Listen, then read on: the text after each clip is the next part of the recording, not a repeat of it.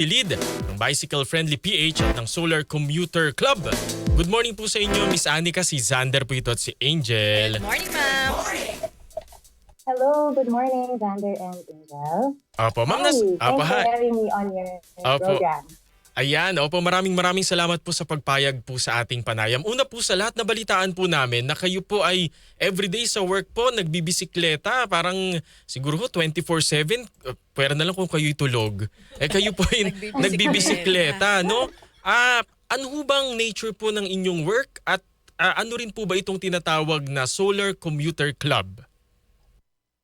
Okay, so right now I actually work at a bike shop. I've been a community lead manager at the bike shop since 2022. But before this, I was working in both government and private for over a decade. Wow, opo. Even back then, nagbabike to work na rin ako. Gaano po kalayo, ma'am, yung iyong binabay? Kasi yung iba parang sabihin, safe ba na Oo. magbike ka papunta sa work? Ang dami-daming sasakyan. Tapos yung iba kasi parang hindi marunong rumispeto, di ba? Doon saan dadaan po ng mga siklista. Bale, nung sa office ako nagtatrabaho, 20 kilometers one way yung biyahe ko. 20? Pero ngayon na nasa bike, 20.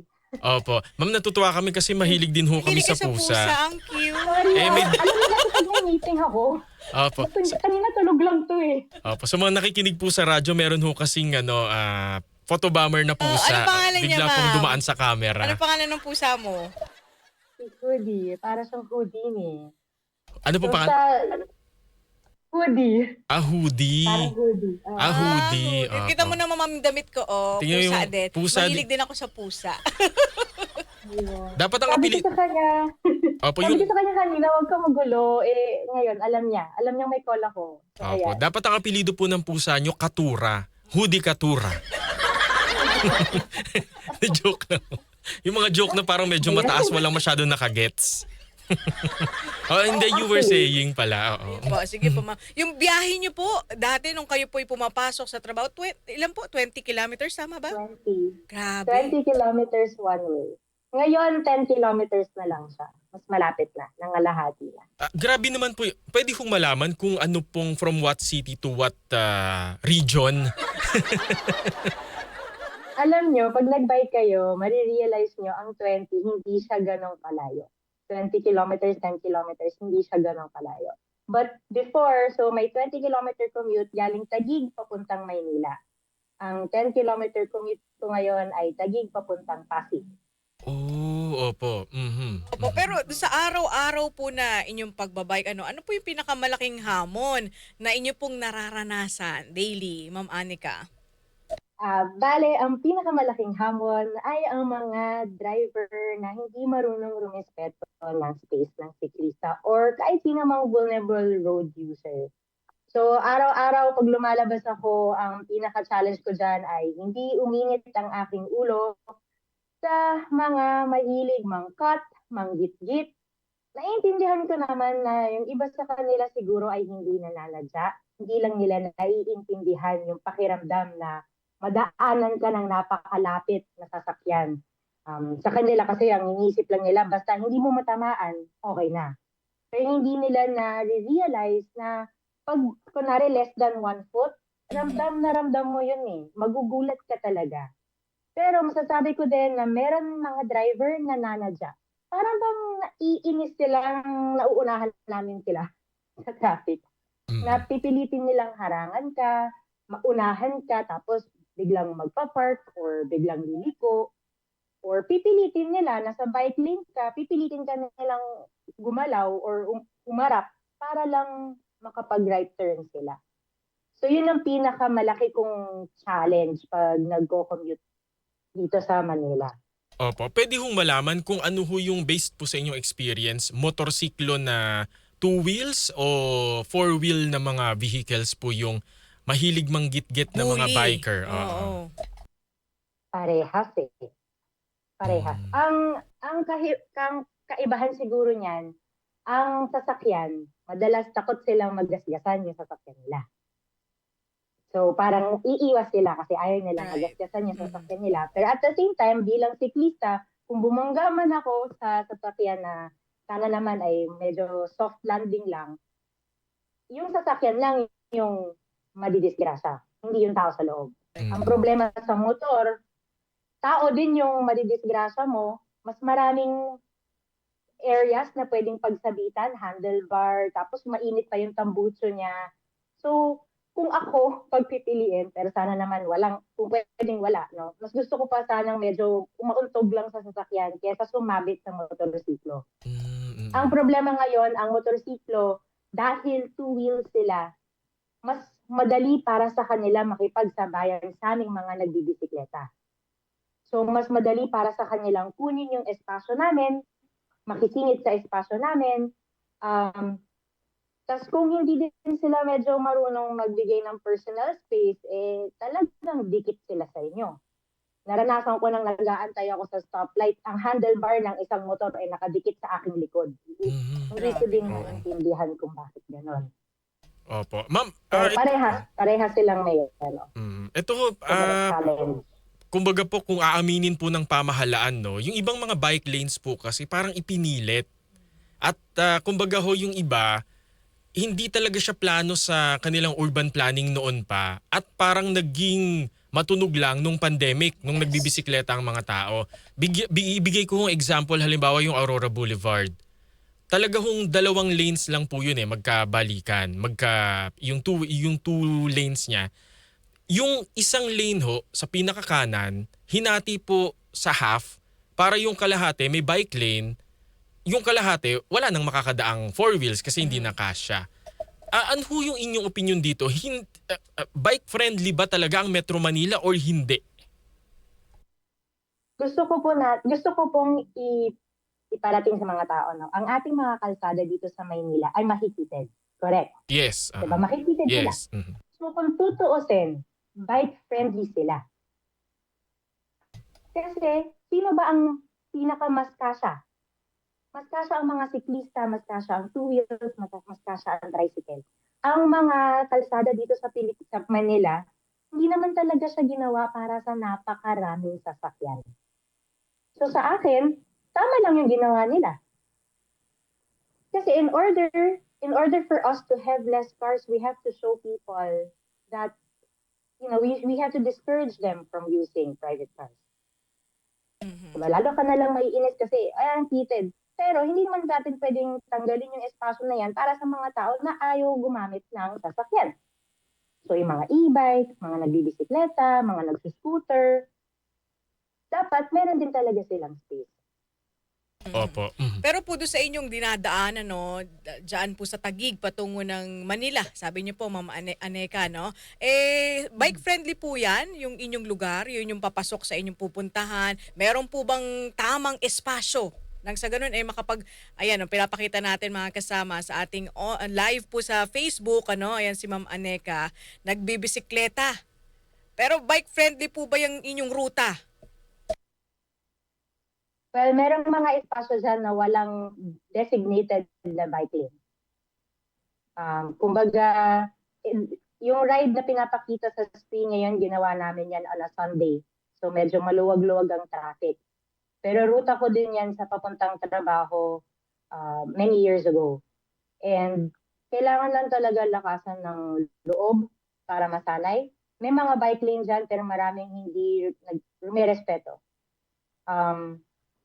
So may mga paraan naman para makaiwas sa disgrasya at makabuo ng confidence na pumadyak. May mga inner roads na pwedeng daanan.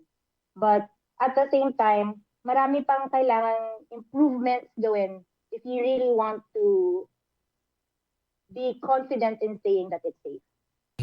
Opo. Kung naiintindihan niyo yung gusto ko sabihin. So gusto ko sabihin, bike-friendly ang Pilipinas. Safe ba siya?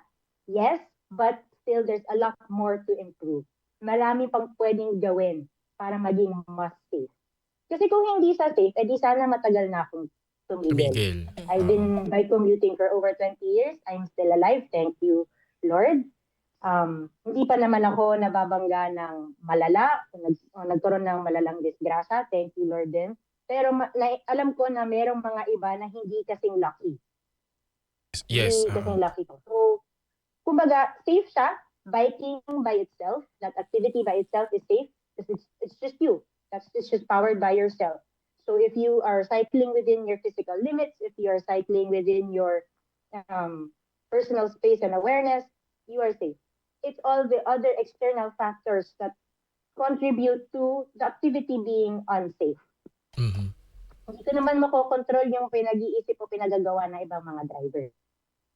Diba? Mhm. And Opo. that, ano ba yung una mong naiisip kapag nagbabike ka? Ay, nakakatakot, ang daming sasakyan. Yes, oo. May truck pa na Oo, malalaki. totoo yan. May truck pa, correct. Opo. Kasi laki mo yung gulong nila. Diba? Oo, So, Nakakatakot, ano? kasing height mo yung truck eh, no? Ay, Tapos yung ang gulong, init-init gulong pa pa lang. pag natapat ka doon sa makina nila, di ba, ma'am? natuto akong tawagin yung atensyon ng mga driver tsaka ng mga pahinante. Kuya, sandali, sisingit lang ako. Huwag ka munang gumalaw. Di, tsaka Para dapat lang din ho makakita. siguro yung education, kumbaga po yung information campaign sa mga driver ho ng Yes. 4 wheels at 2 wheels, dapat din ho medyo mas may kaunting konsiderasyon sa biker.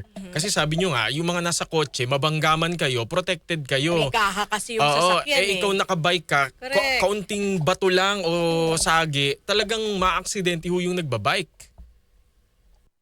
Kahit nga po hindi masagi, basta sobrang, we call it a close path. Mhm, So mhm. madaanan ka lang ng malapit, ng less than 1 foot, or kahit nga, let's say 2 feet ang distance from the car and myself, basta mabilis siyang dumaan sa gilid mo, mararamdaman mo yun, you can lose your balance, pwede ka magulat, aksidente ka. Pero dehado kami. Kasi sasabihin, self-accident naman yan, di ka naman natamaan. Mm, So pagka nag... the safe passing distance actually, I think is, if I'm not mistaken, 2 meters, 3 meters. Mhm. So kailangan talaga, kunwari, kung ikaw mag-overtake car and a car, bibigyan mo ng malawak na distansya yan. Yes, Diba? para hindi Ayaw magkabanggaan. mo banggain. Correct. Dapat ganun din sa amin. Bigyan nyo kami ng malawak na distansya pag mag-overtake kayo. Kasi kahit na malapit lang yan, hindi nyo kami natamaan, ramdam namin yan. We feel it, yung vibration, yung air.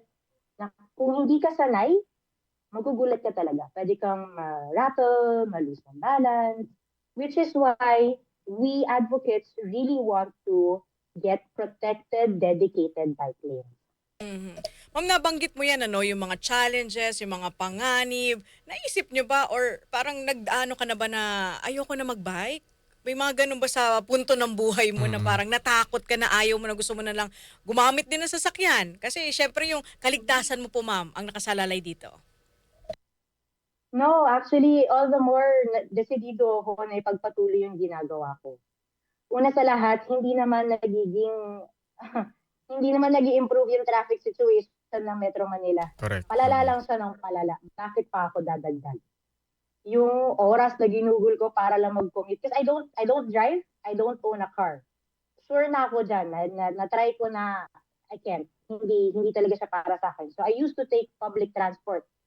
Tricycle, jeep, train, shuttle, bus, lahat sinubukan ko. Pero kahit yon, ang public Transport. transportation system natin medyo inefficient din. Oo, Kulang hindi siya. efficient eh.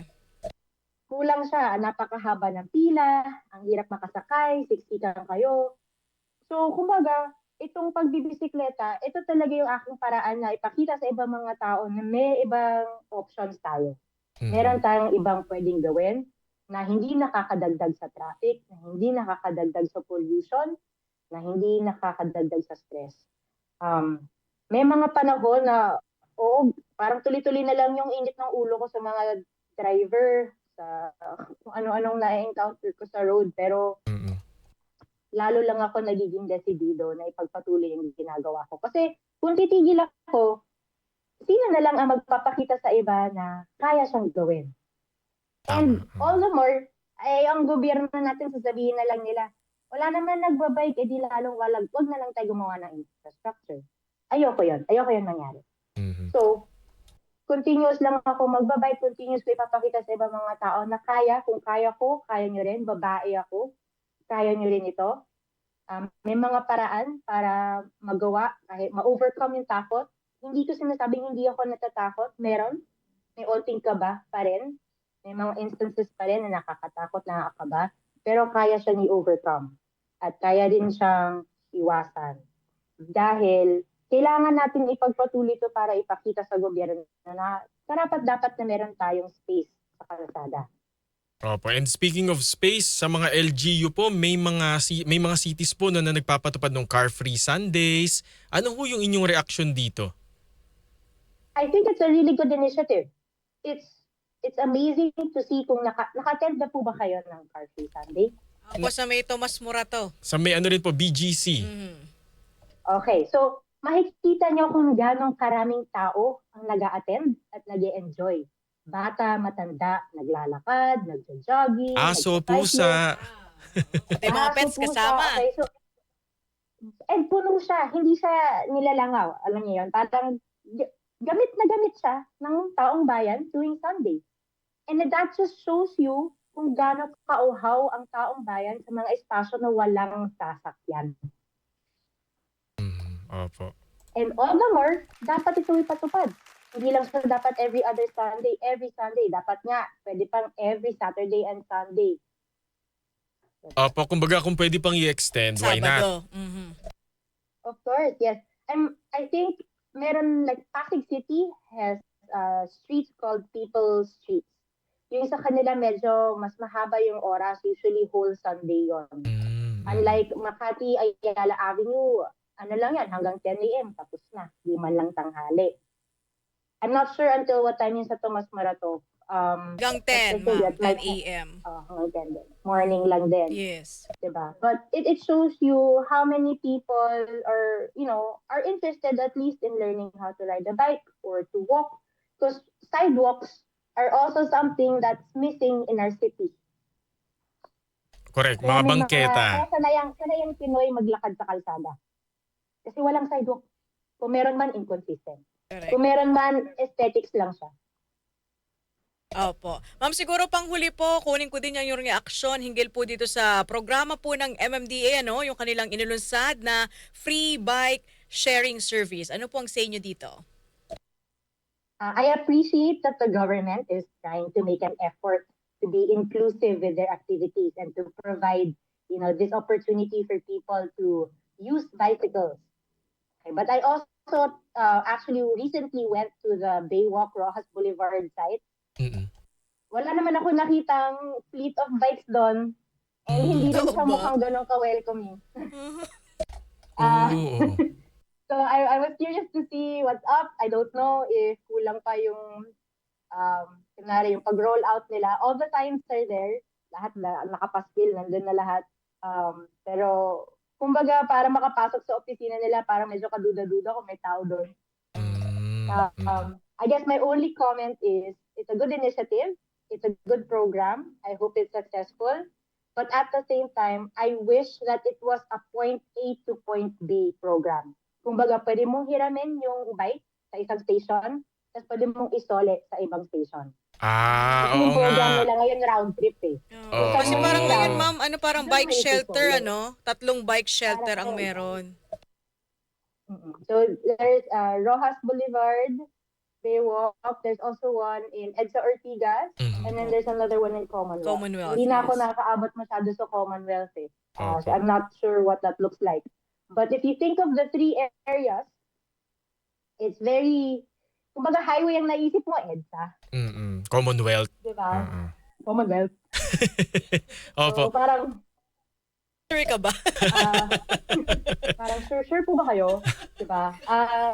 So maganda siyang initiative, pero mukhang ang target market nila ay mga sanay magbisikleta sa area na yon. Oo. Kung gusto nilang ma-reach ang wider audience, and dahil na round trip naman ang kanilang program, kumbaga within the area lang yung pwedeng ipadyak kasi they have to return it within 4 hours max. Eh. Sana they place it in places naman na medyo less yung fast-moving cars para people can either borrow to learn how to ride a bike or for exercise. But if they are gonna push for these locations na high traffic ang kanilang area, sana point A to point B naman yung pwede nilang i-offer. Kumbaga talagang kunwari, from the shelter, pwede pumadyak sa isang bus station, or sa isang train station, iwan doon para pwede na mag-train, pauwi, or kung saan man.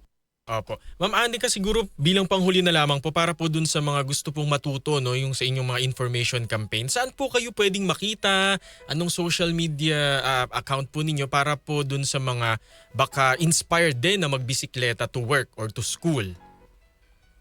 Okay, so I am speaking on behalf of two groups. Bicycle Friendly PH is actually founded by my parents.